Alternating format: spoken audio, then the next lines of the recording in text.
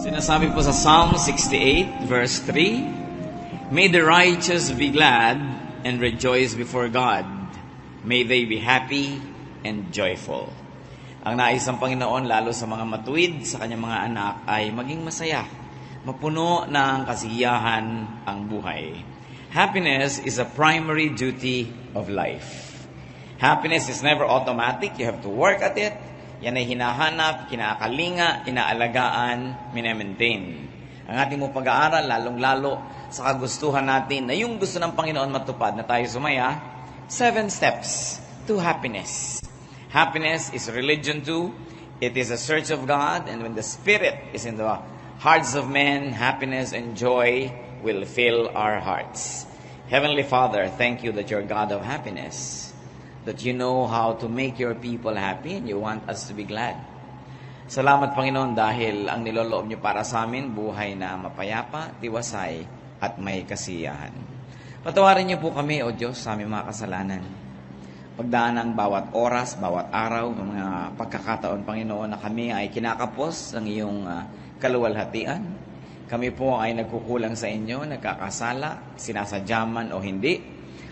Ang lahat ng ito, hinihiling namin, pawiin ninyo. Hugasan nyo kami ng dugo ni Kristo, patawarin kami ayon sa iyong kabutihan at kagandahang loob, at nawa, Panginoon, tumanggap kami ng pagpapala sa inyo. Kami man nawa maging pagpapala sa isa't isa, at lalong-lalo na, kami, Panginoon, ay maging tungtungan ng inyong paa. Maitaas namin kayo sa pagsamba, sa aming mga pag-aalay, paghahandog, pagsunod sa inyo. At sa buong puso din namin pagtanggap ng inyong magagandang mga balak para sa amin. May we be happy to glorify you, and may your intention find fruition, Lord, in our lives. Lead us, teach us, be our speaker today. Sa aming Panginoon, titipon-tipon, pagalingin niyo nawa ang mga karamdaman namin. Palakasin niyo po ang aming mga katawan, papaglinawin ang aming isip, patibayin ang aming pananalig, at ngayon, parang papel na malinis, Panginoon, sulatan nyo ng mensahe nyo ang aming puso. Maunawa namin, matandaan, maipamuhay. Protect us from evil men, protect us from evil spirits, from every malice set up by the enemy against us. We hide in your holiness, we hide in the shadow of your protection. Even our loved ones who are not with us right now, sa inyo namin, Panginoon, ipinagkakatiwala. Nawa, patuloy mo rin pagpalain ang mga mahal namin sa buhay na di namin kasama ngayon. Mangusap po kayo sa amin at kami ay inyong palakasin. Sa ngalan ng iyong anak, ang aming Panginoon at tagapagligtas na si Jesus, kami sumasampalataya. 7 steps to happiness. Unang-una, to be happy, people should learn how to cry. Ironically, crying is a way to happiness. Cry if you need to. Shed tears. Don't be afraid to cry, and don't be afraid to have something to cry about.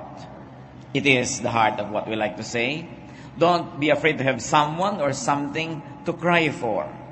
Sapagkat yung atin pong kinakatakutan na magpalungkot sa atin, yun din ang pwede magpasaya.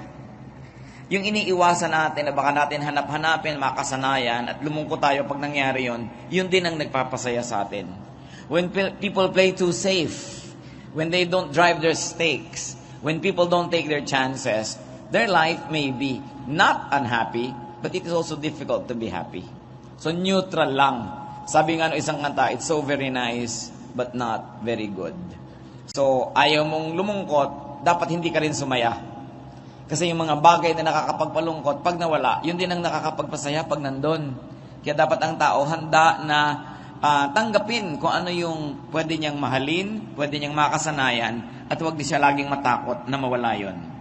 Pagka ang tao ay nakakahanda na siya ay malungkot din, lalong-lalo kung sa kalungkutan o paghihirap o pagdurusa, dun niya na itatanim ang dapat niyang itanim, meron siyang aanihin.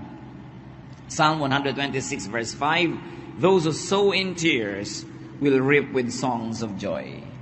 Pagka nagtanim ka ng luha, o kaya nagtatanim kang may kasamang hirap, luha, pagtsatsaga, may aasahan ka na gantimpala.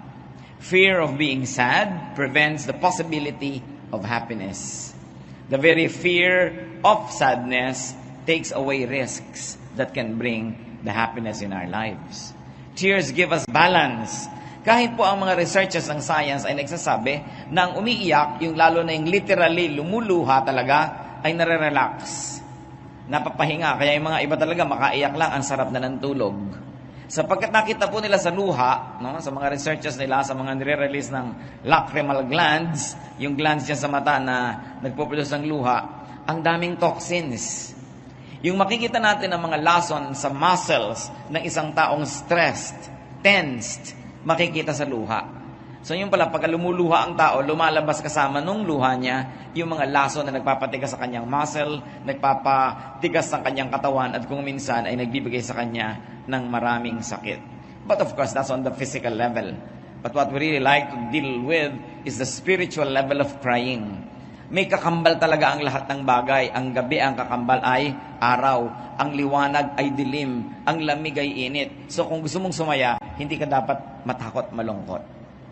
At kung nalulungkot ka naman, hindi ka pwede maging perfectly malungkot. Magkakaroon ka rin ng saya. At kung meron namang saya, hindi ka naman laging masaya, may kasunod na lungkot. Cyclical ang buhay. So ang ayaw namang lumungkot, dapat hindi ka rin sumaya. Yung buhay mo yung parang plain na plain lang. Walang nangyayari. Pero gusto mo ba naman na gano'n ang nangyayari sa buhay? So to be happy, you must be willing to cry. And to be happy, you must believe.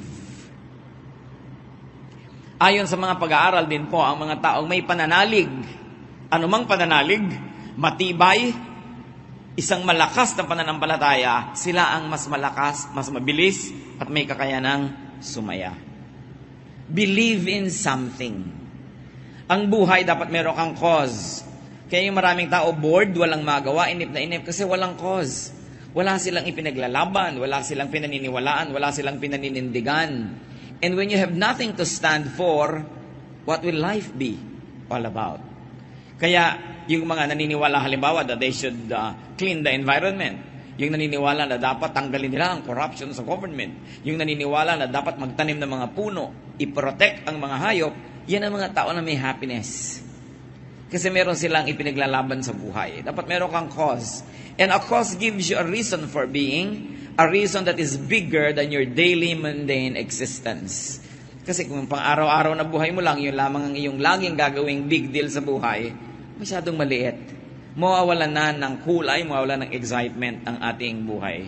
Believe in something. Believe in someone. Believe in yourself also as God's wonderful creation. And of course, needless to say, believe in God. Noong ang Panginoong Jesus ay hinihiling ng mga tao na pagalingin sila, sabi ng mga tao, if you can, make us well. At sabi ng Panginoon sa Mark 9:23, if you can, said Jesus, everything is possible for him who believes. And if everything is possible for him to believe, then it's very possible for the believer to be happy. Naniniwala ka, nananalig ka. Those who believe are happy. Kaya napakahalaga po mga kapatid that we also inspire people to believe. Kung kayo husband, do what you can so that your wife will believe in you. And she'll be happy. Wife kayo, make your husband believe in you. Children kayo, make your parents believe in you. Parents kayo, do it. Pagka tayo po ay nagbibigay sa tao ng gift of inspiration, they believe in us, they know that they can rely on us, we make them happy. Kung minsan hindi naman natutuloy na umasa sila sa atin, pero yung lang alam nila na naaasahan tayo, na pwede tayong asahan, ang laking kaligayahan ang naibibigay natin sa tao. So kung wala rin lang kayong maipapalit sa pinaniniwalaan ng isang tao, do not needlessly erode or weaken or destroy another person's faith. Marami kasing usok ngayon na deconstruction. Sinisira ang pananalig mo sa anumang pinananaligan mo. Umuuso yung huwag kang maniwala sa gobyerno, huwag kang maniwala sa authority, huwag kang maniwala sa religion, huwag kang maniwala sa Diyos, huwag kang maniwala sa kahit ano. Anong ipapalit natin? At napakapalad nung nananalig. Sapagkat yung nananalig ay umaasa. At yung umaasa ay may saya. Hindi pa man niya nakakamit yung pangako ng kanyang inaasahan, ay meron ng ligaya siyang nadarama. It's very important not to plant seeds of discontent. Halimbawa, nagtatrabaho ka sa malayo, ang asawa mo malayo, pagkatapos wala ka namang basis para magduda na siya nagtataksil, Heto na ngayon ang nanay mo, o heto na ngayon ang kaibigan mo, heto na ngayon yung mga kakilala mo. Sigurado ka ba na hindi nagtataksil ang asawa mo? Wala ka namang basis, pero masisira na yung kaligayahan mo noon dahil yung belief mo nasira na eh. Kaya napakahalaga po na hindi natin sinisira ang paniniwala ng kapwa. Lalong-lalo wala tayong basis. Huwag lang yung basta tayo makapangontra, basta lang na tayo makapagsabi ng kakaiba, nagpapakyot tayo, sinisira natin ang loob nila. Napakahalaga to believe. At dyan po tayo, napakapalad at blessed talaga tayo mga Pilipino because we are blessed with faith. Sobrang ating pananalig, talagang ang ating faith, ang ating pananampalataya, ang ating relihiyon, napakataas ng level compared to so many cultures and nations. Kaya siguro kahit anong mangyari sa ating mga bulkan na magputukan, mga lahar na bumaha, mga lindol, mga tsunami, kaya pa nating sumaya. Kasi tayo nananalig, lalong-lalo nananalig tayo sa Diyos. Meanwhile, yung mga ibang hindi nananalig, lagi na lang silang negative ang pag-iisip. Lagi na lang sila nagdududa, natatakot. Samantalang yung nananalig, nakakatulog ng panatag at meron siyang kaligayahan. Faith is very important, but let me be emphatic. Inspire people's faith, not only in God, but also in you. Meron tayong tungkulin na papaniwalain ng mga mahal natin sa buhay sa atin. At papaniwalain hindi sa kasinungalingan, kundi bigyan sila ng katotohanan that we deliver on our promises, that we keep our words, that we remain faithful, especially to our duties, especially marital duties, at pagka gano'n, nakakapagpasaya tayo ng kapwa. Pag inyo pong sinuri ang mga pag-aaral ng mga sociology sa mga batang insecure, yung hindi masaya, yung nadidinig nila lagi ang magulang nila nag-aaway. Natatakot sila na baka maghiwalay ang mga ito. Alam niyo po ang mga bata, nalilimutan natin na maraming hindi alam. So hindi nila alam ano mangyayari pagka naghiwalay ang nanay at tatay ko. Sasama ba ako sa isa o pareho kami, silang iiwan nila ako? This kind of insecurities. Kaya yung mga mag-asawa na dapat naniniwala ang anak nyo sa inyong pagmamahalan, sa inyong pagsusunuran, tapos duda ang umiiral, nanghihina ang kanilang loob, we are not ministering. In fact, we are making it difficult for them. Make them believe. And make them believe in truth. Hindi lang yung naniniwala sila, yung pala hindi totoo. Kaya may pananagutan talaga tayo sa isa't isa.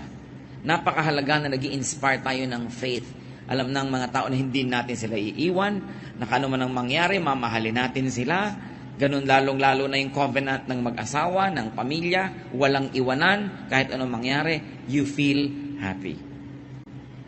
Pwede niyong regaluhan ng anak niyo ng pera, regaluhan ng edukasyon, regaluhan ng kotse, regaluhan ng bahay, ng mga pamana, pero pag hindi natin sila niregaluhan ng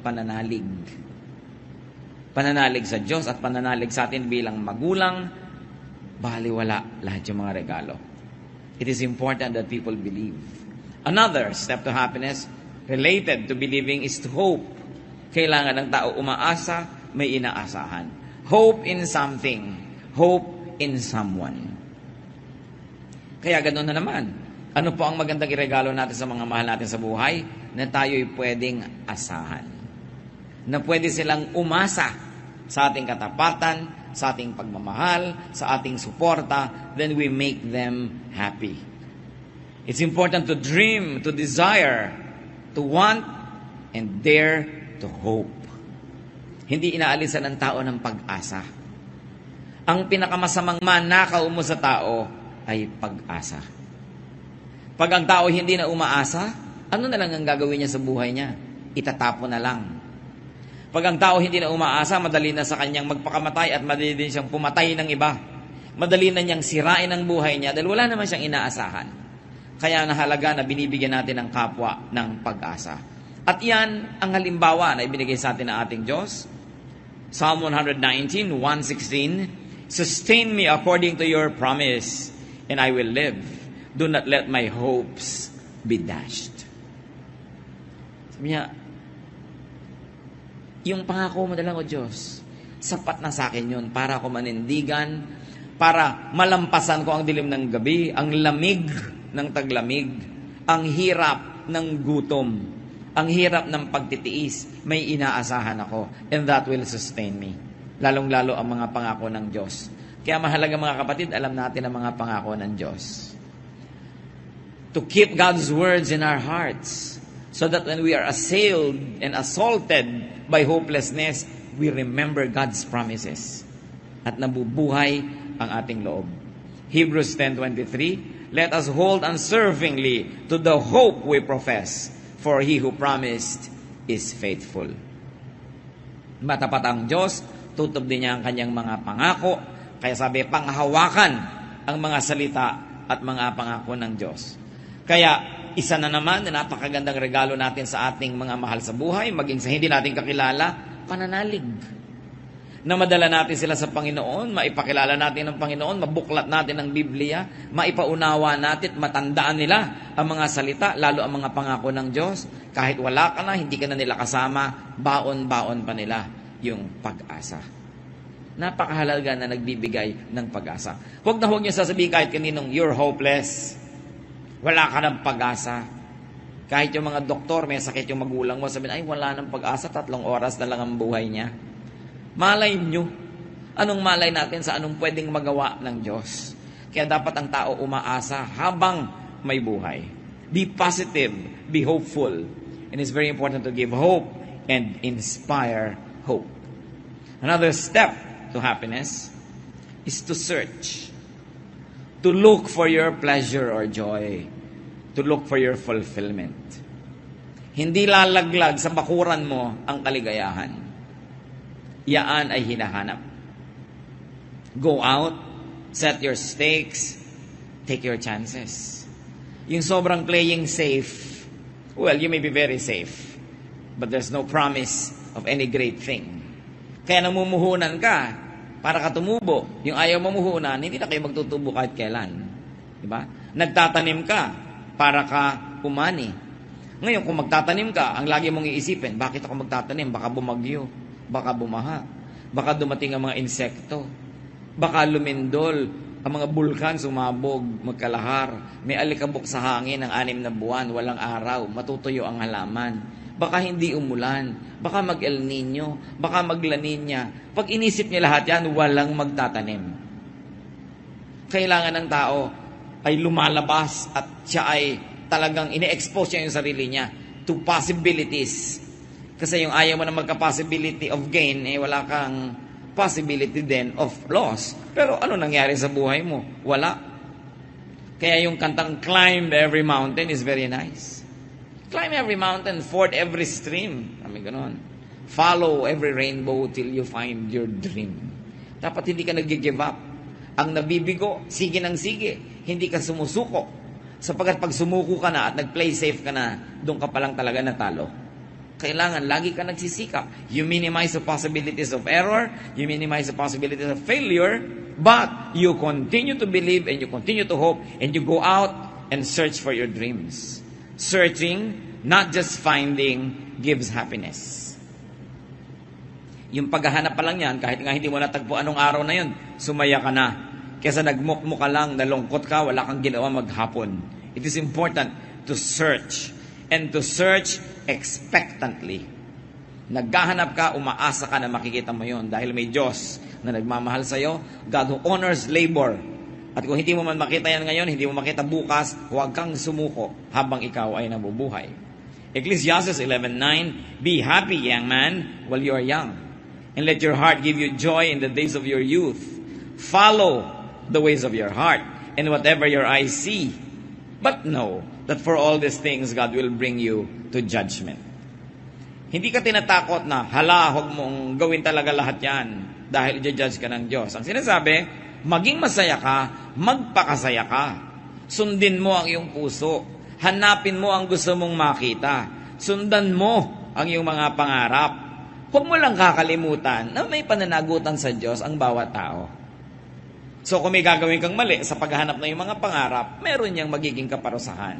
Kung meron kang magiging hakbang na hindi dapat at hindi gusto ng Diyos, may magiging bunga yan.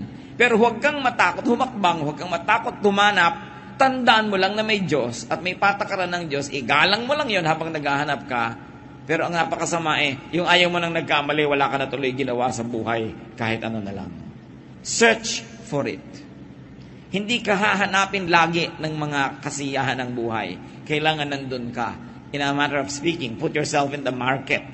Hindi pwedeng nandun ka sa isang sulok, wala ka sa sirkulasyon, and you expect na kasama ka sa daloy ng buhay.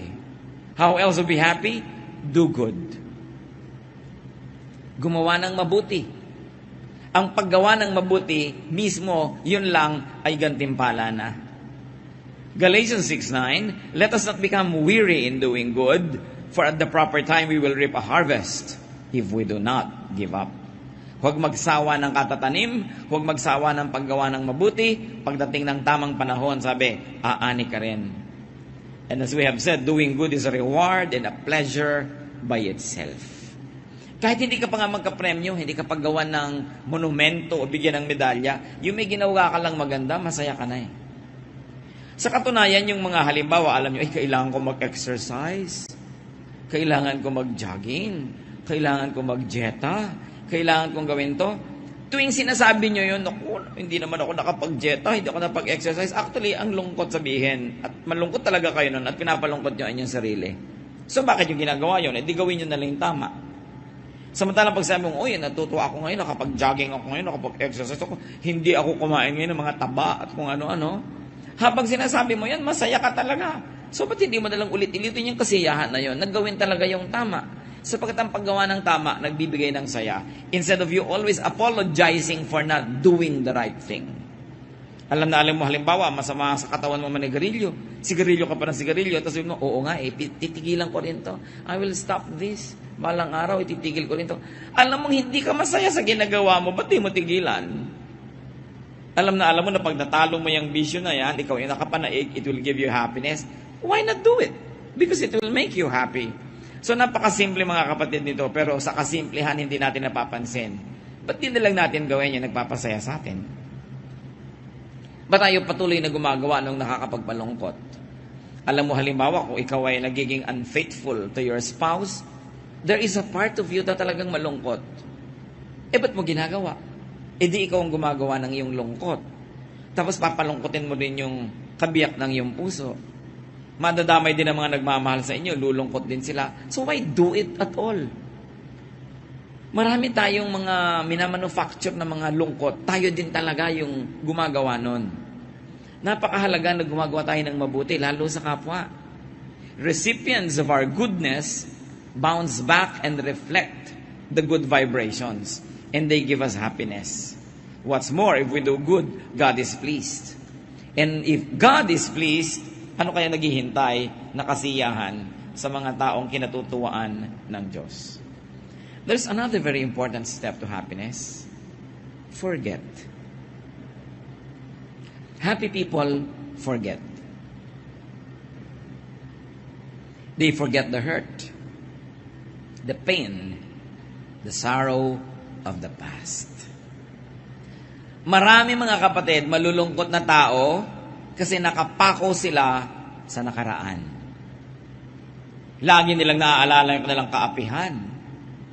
Lagi nilang naaalala yung kanilang kahirapan. Naaalala nila kung paano sila kinawawa, kung paano sila ginanato, ginanyan. At every remembrance brings pain. Tell me, how will you be happy if you are wallowing in pain? Paano ka sasaya kung lagi ka na lamang lalangoy-langoy sa swimming pool ng kalungkutan, mga hinanakit, sama ng loob, galit, pagkapuot? Anong mangyayari? Ang masasayang tao, marunong lumimot. They forget the hurt, the pain, and the sorrow of the past. Selective memory is needed to be happy. Pumipili tayo ng aalalahanin. Bawat tao may kwento. Bawat buhay may kasaysayan. Bawat nilalang may mga naranasang kapaitan, hirap, hapdi, sakit, pagdurusa.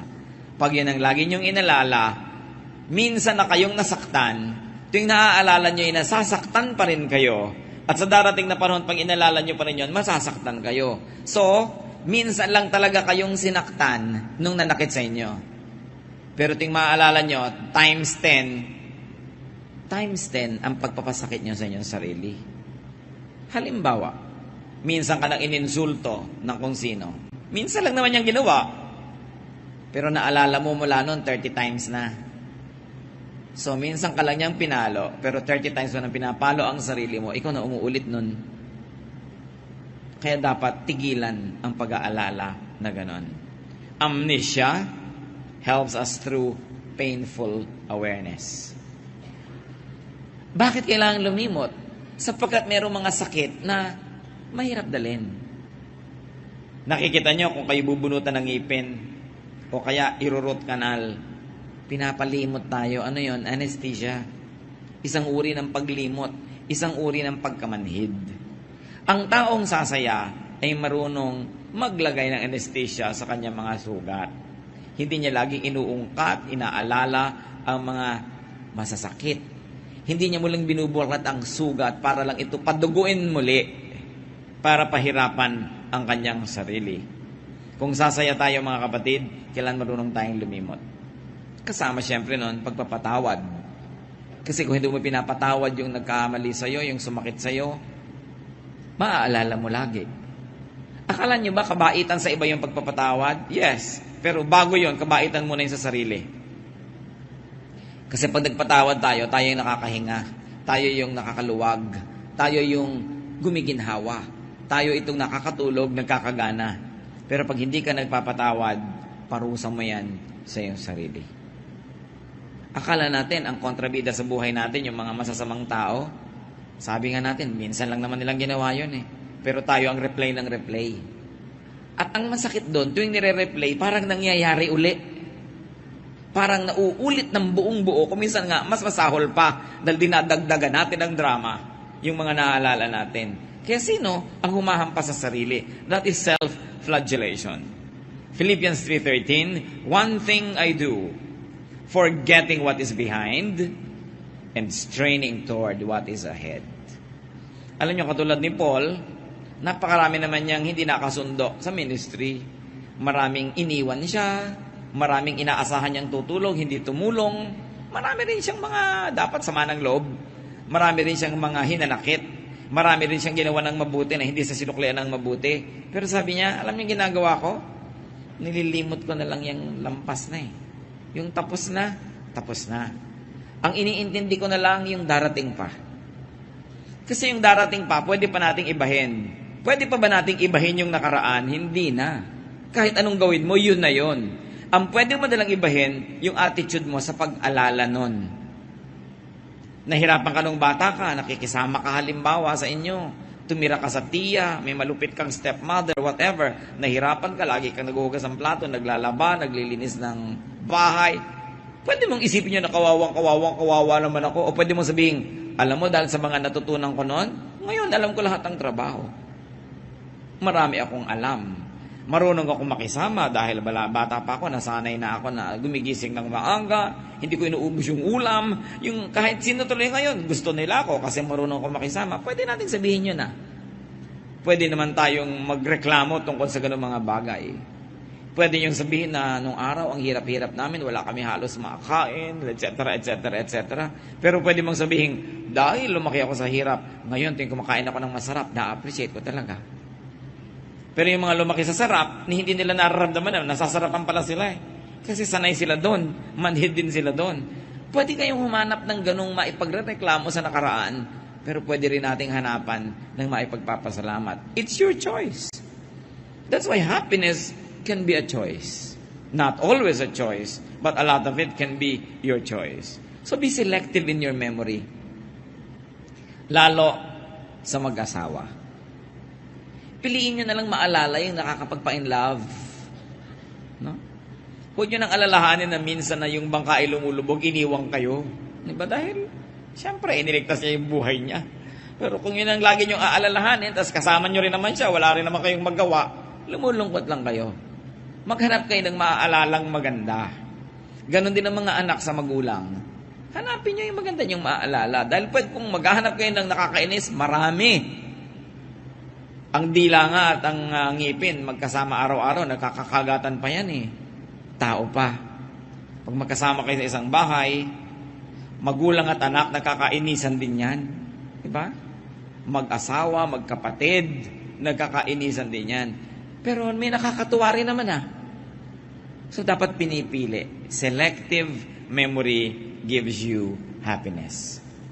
And what is nice is that you should not limit yourself to the past. You must not be allowed to be limited by the past. Pagka ginawa nyo yon, alipin, bilanggo kayo habang buhay ng nakaraan na. Kaya pinipili din natin yan. Pati ang pagkukwento, di ba? Napimili ka naman na ikukwento eh. Pwede mong ikwento sa mga kamag-anak mo, kabulo ka na yung asawa. Pero pwede mo ring ikwento yung mga katangian niya. Marunong ka dapat pumili kung ano yung tinitingnan para ka sumaya. So forget to be happy. But finally, for tonight, marami namang steps to happiness eh, pero 7 lang yung ating pag-uusapan ngayon. Another step and way to be happy is to remember. Remember what is good. Remember what is nice. Remember what makes you happy. Very importantly, remember who you are. Who you are. By remembering who you are, you can be happy. But by remember what people say about you, you can be sad. By remembering what people think of you, you can be sad.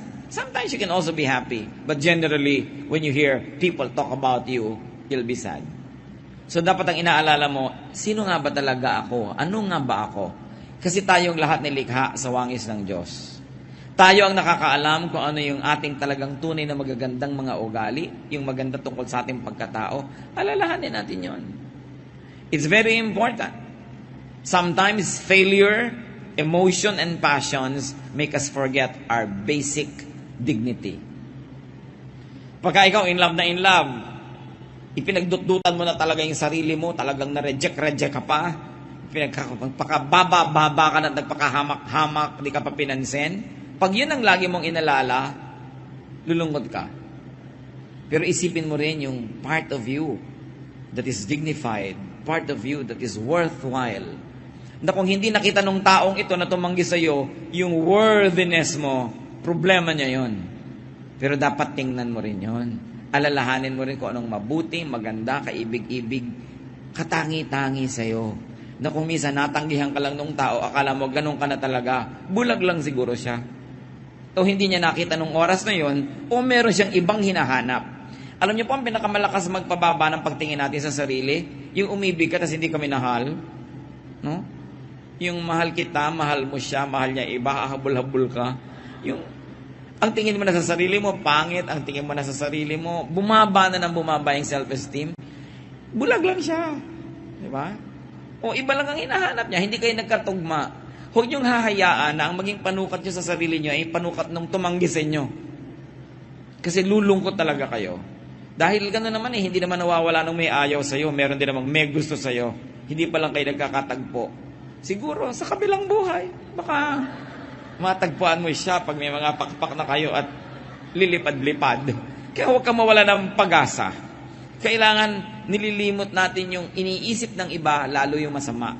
Bumalik ka sa sarili mo, kasi sa kaloob-looban ng sarili mo, alam mo that you are good. You know that you are worthwhile. You know that you are valuable.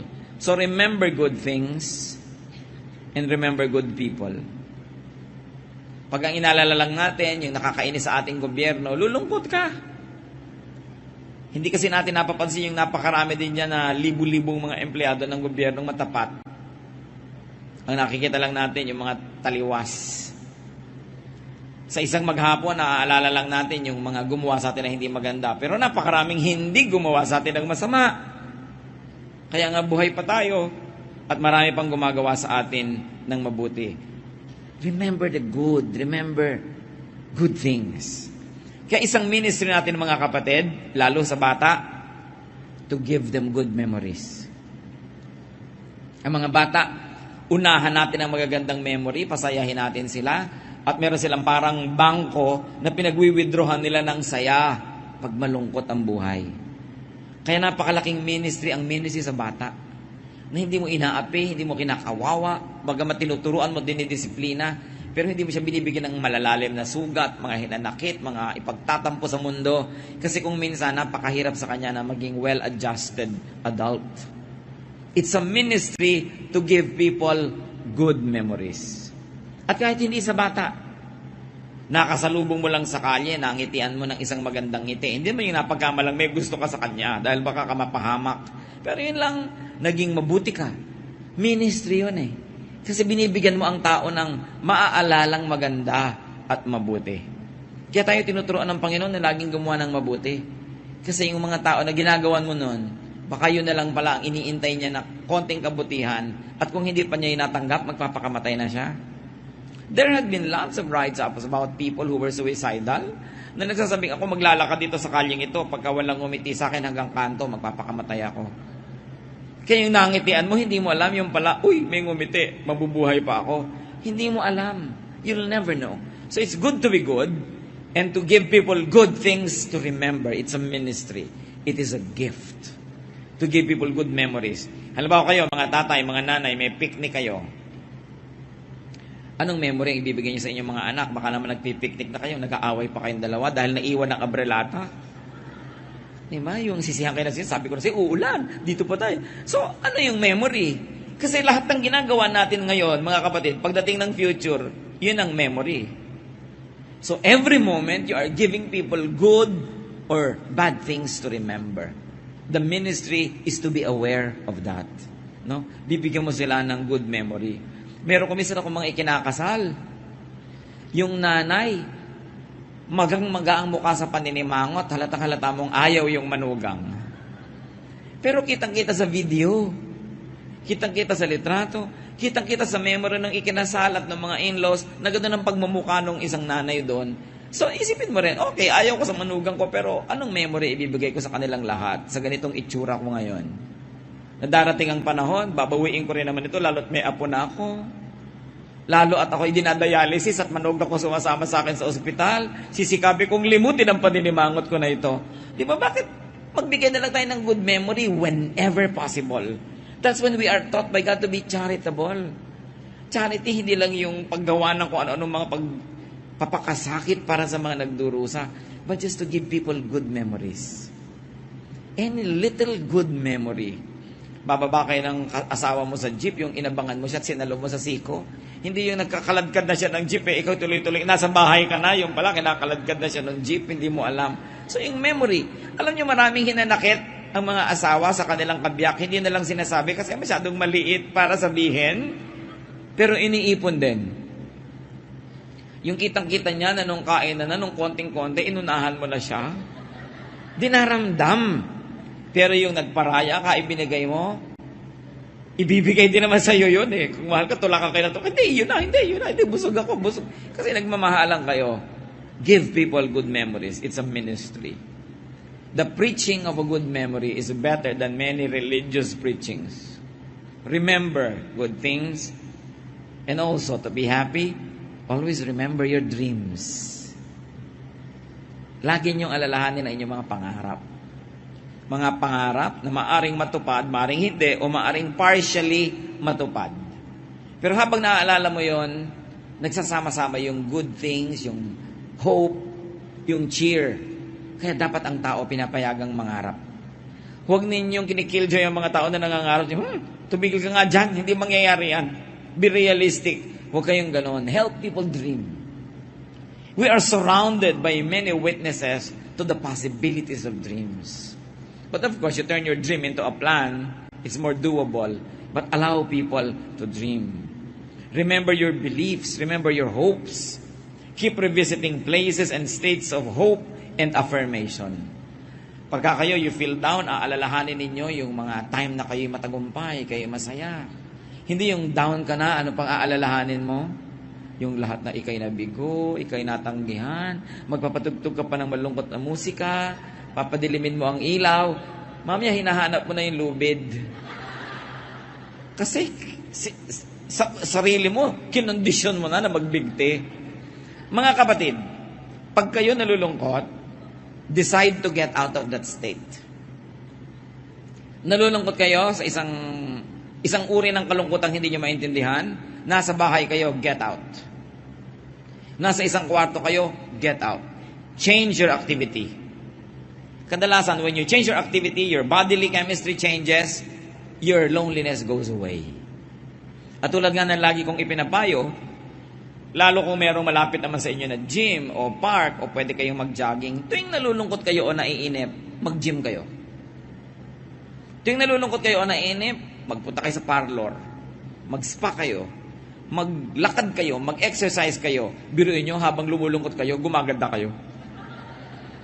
Turn a disadvantage into an advantage.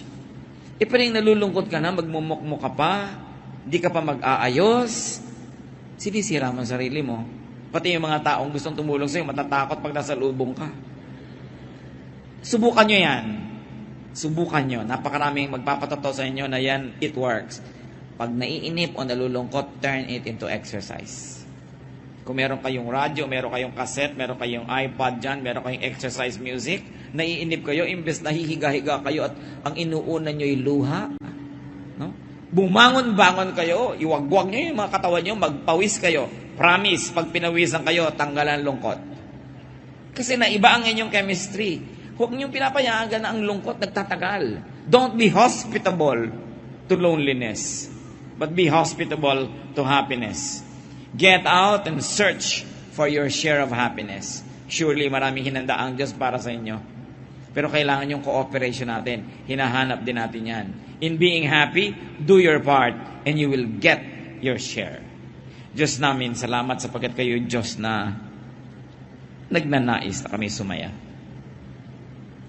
Pakita mo, Lord, kung meron po kaming mga participation sa aming mga kalungkutan, especially prolonged loneliness, prolonged inip, prolonged depression.